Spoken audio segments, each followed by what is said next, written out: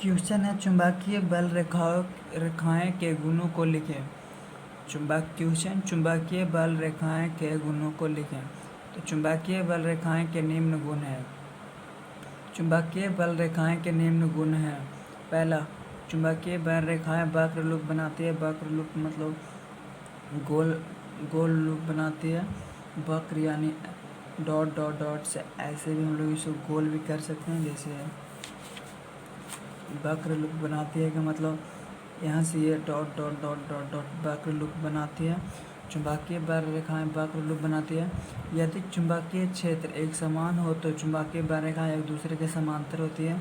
यदि चुंबकीय क्षेत्र एक समान हो, देखिए तीनों एक समान है तो एक दूसरे के समांतर होती है। ये एक इसके समांतर है, ये इसके समांतर है, ये इसके समांतर है। तीसरा गुण है, यदि चुंबकीय क्षेत्र असमान हो तो चुंबकीय बल रेखाएं एक दूसरे के समांतर होती है। ये देखिए चुंबकीय क्षेत्र असमान है तो तीनों एक दूसरे के समांतर होती है। यदि चुंबकीय क्षेत्र असमान हो तो चुंबकीय बल रेखाएं एक दूसरे के समांतर होती है।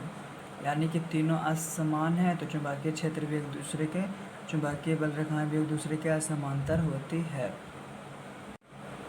दो चुंबकीय बल रेखाएं एक दूसरे को कभी प्रतिच्छेद नहीं करती है, क्योंकि अगर प्रतिच्छेद करेगी तो एक ही बिंदु पर दो चुंबकीय क्षेत्र की दिशा होगा जो कभी संभव नहीं है।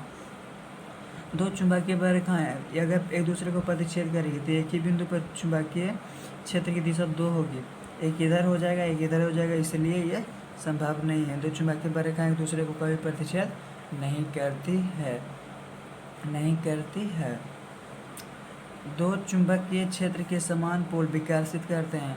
यानी साउथ का पोल रहेगा, यानी दक्षिण पोल विकर्षित करेगा, एक दूसरे से दूर हटेगा। तथा तो चुंबक के असमान पोल एक दूसरे को आकर्षित करते हैं। नॉर्थ और साउथ पोल एक दूसरे में अट्रैक्टिव होते हैं। नॉर्थ और साउथ पोल एक दूसरे के अट्रैक्टिव होते हैं। चुंबक का शक्ति सबसे ज़्यादा उसके ध्रुव के पास होता है, पोल के पास। चुंबक का शक्ति सबसे ज़्यादा उसके पोल के पास होता है। जैसे मान लीजिए चुंबक है, ये हो गया नॉर्थ एंड ये साउथ, तो इसके सबसे ज़्यादा ये जो नॉर्थ पोल होगा उसके पास इसका सबसे ज़्यादा उसका शक्ति होता है, नॉर्थ पोल या साउथ पोल। अब चुंबक का शक्ति सबसे कम मध्य बिंदु पर होता है। चुंबक का शक्ति सबसे कम मध्य बिंदु पर होता है। चुंबक का शक्ति सबसे कम मध्य बिंदु पर होता है।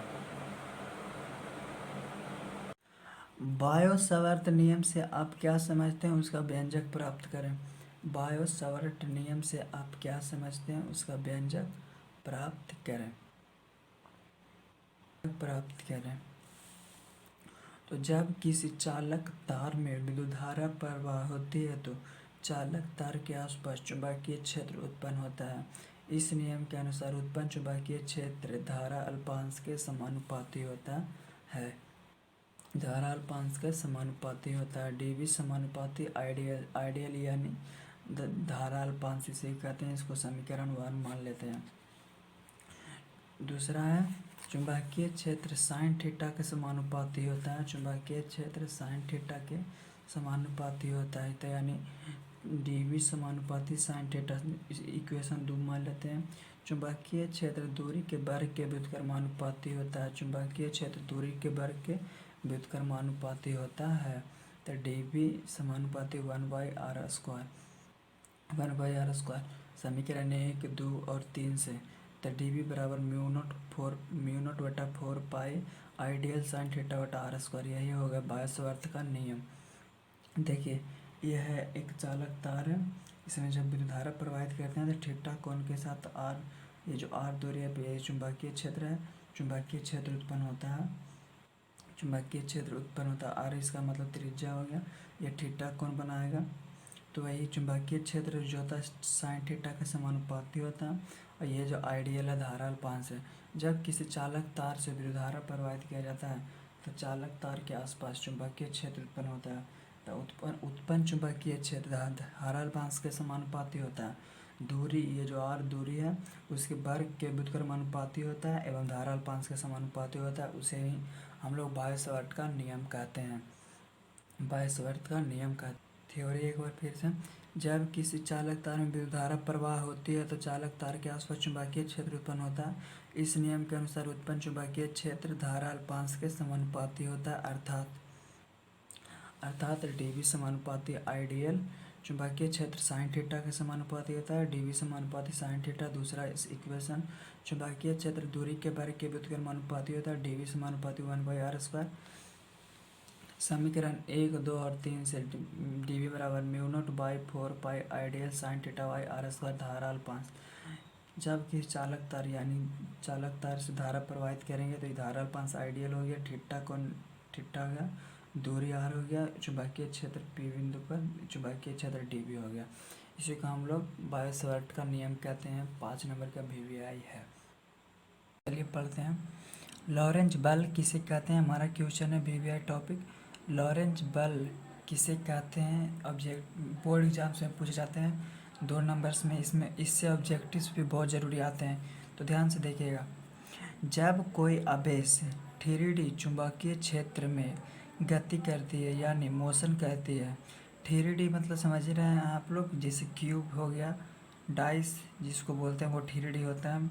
हम लोग 3D फिल्म आता है तो वो देखते हैं, यानी त्रिविमीय। जब कोई आवेश 3D चुंबकीय क्षेत्र में गति करती है तो दो प्रकार का बल उत्पन्न होता है, विद्युतीय बल और चुंबकीय बल। इन दोनों बलों के गुणनफल को लॉरेंज बल कहा जाता है, जिसे F द्वारा सूचित करते हैं। आप चाहें तो इसका स्क्रीनशॉट ले सकते हैं।